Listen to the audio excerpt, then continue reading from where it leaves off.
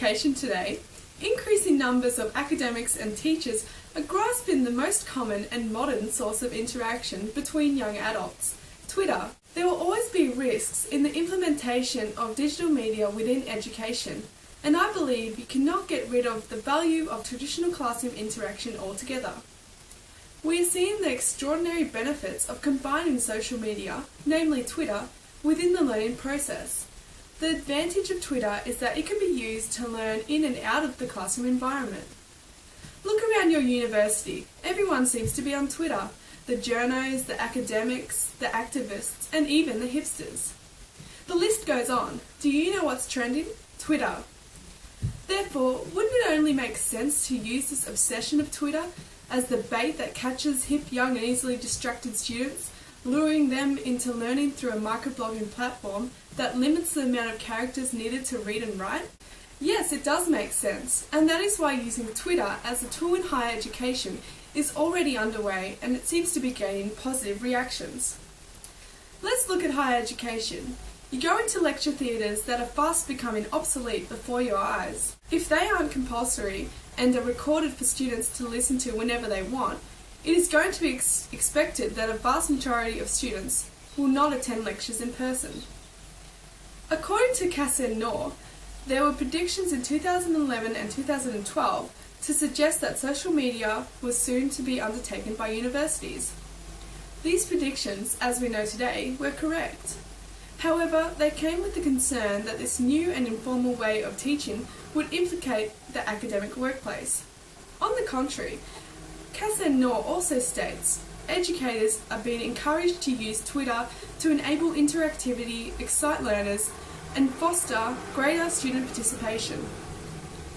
She says that in the way of e-learning, Twitter as a microblogging tool can enrich informal learning and communication that goes beyond the classroom by encouraging critical reflection and enhanced understanding that also promotes connections with real-life learning. In relation to this, a case study conducted by Junko & Co. put Twitter to the test, exploring the effects of Twitter on university students. Using a controlled experimental design, researchers split students into two groups, one control group who did not use Twitter, and one experimental group who used Twitter as part of the class. None of the students had used Twitter before participating in this study. The results from the study found that there was an overwhelming increase in student engagement for the Twitter group.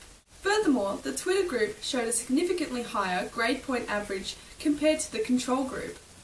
Therefore, Junko & Co. concluded Twitter can be repurposed for educationally relevant activities that have impacts on real-world academic outcomes. Speaking of the real world, while social media platforms and digital technology is becoming an integral tool used in education, classroom interaction cannot be completely ruled out, even in higher education. We can see the positive outcomes that arise from implementing social media within a unit, but that doesn't mean the unit on-campus interaction should be a thing of the past.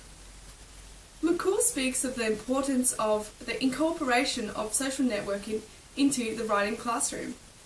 It is stated that Twitter provides an opportunity to create a participatory democracy in each classroom, as well as a depository of new lenses through which to examine current complexities.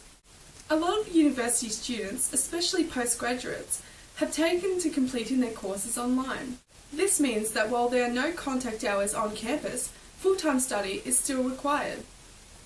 While online courses can be facilitated to one's own advantage, many people find it difficult and alienating to just interact with teachers and peers through digital and social media.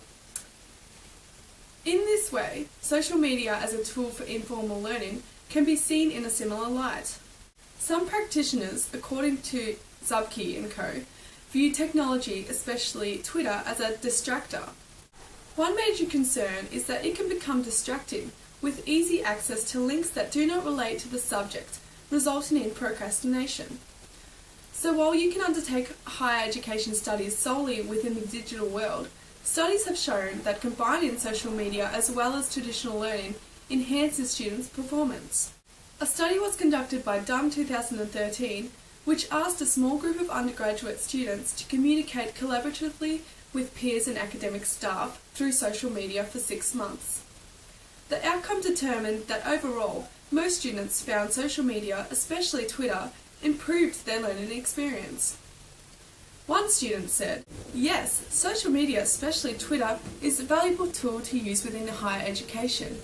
It can enhance learning as students can be connected to tutors, peers, etc. 24/7. The hierarchies are broken down and everyone can share ideas." However, while most students shared this view, another student expressed their concern with the effectiveness of using Twitter as an education tool.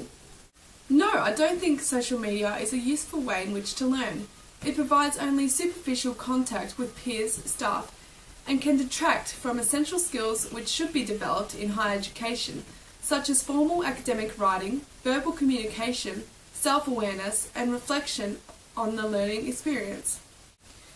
Taken together, this suggests that social media, especially Twitter, does have a valid place in higher education, but to the extent that it enriches the learning process, not completely replacing the traditional classroom methods.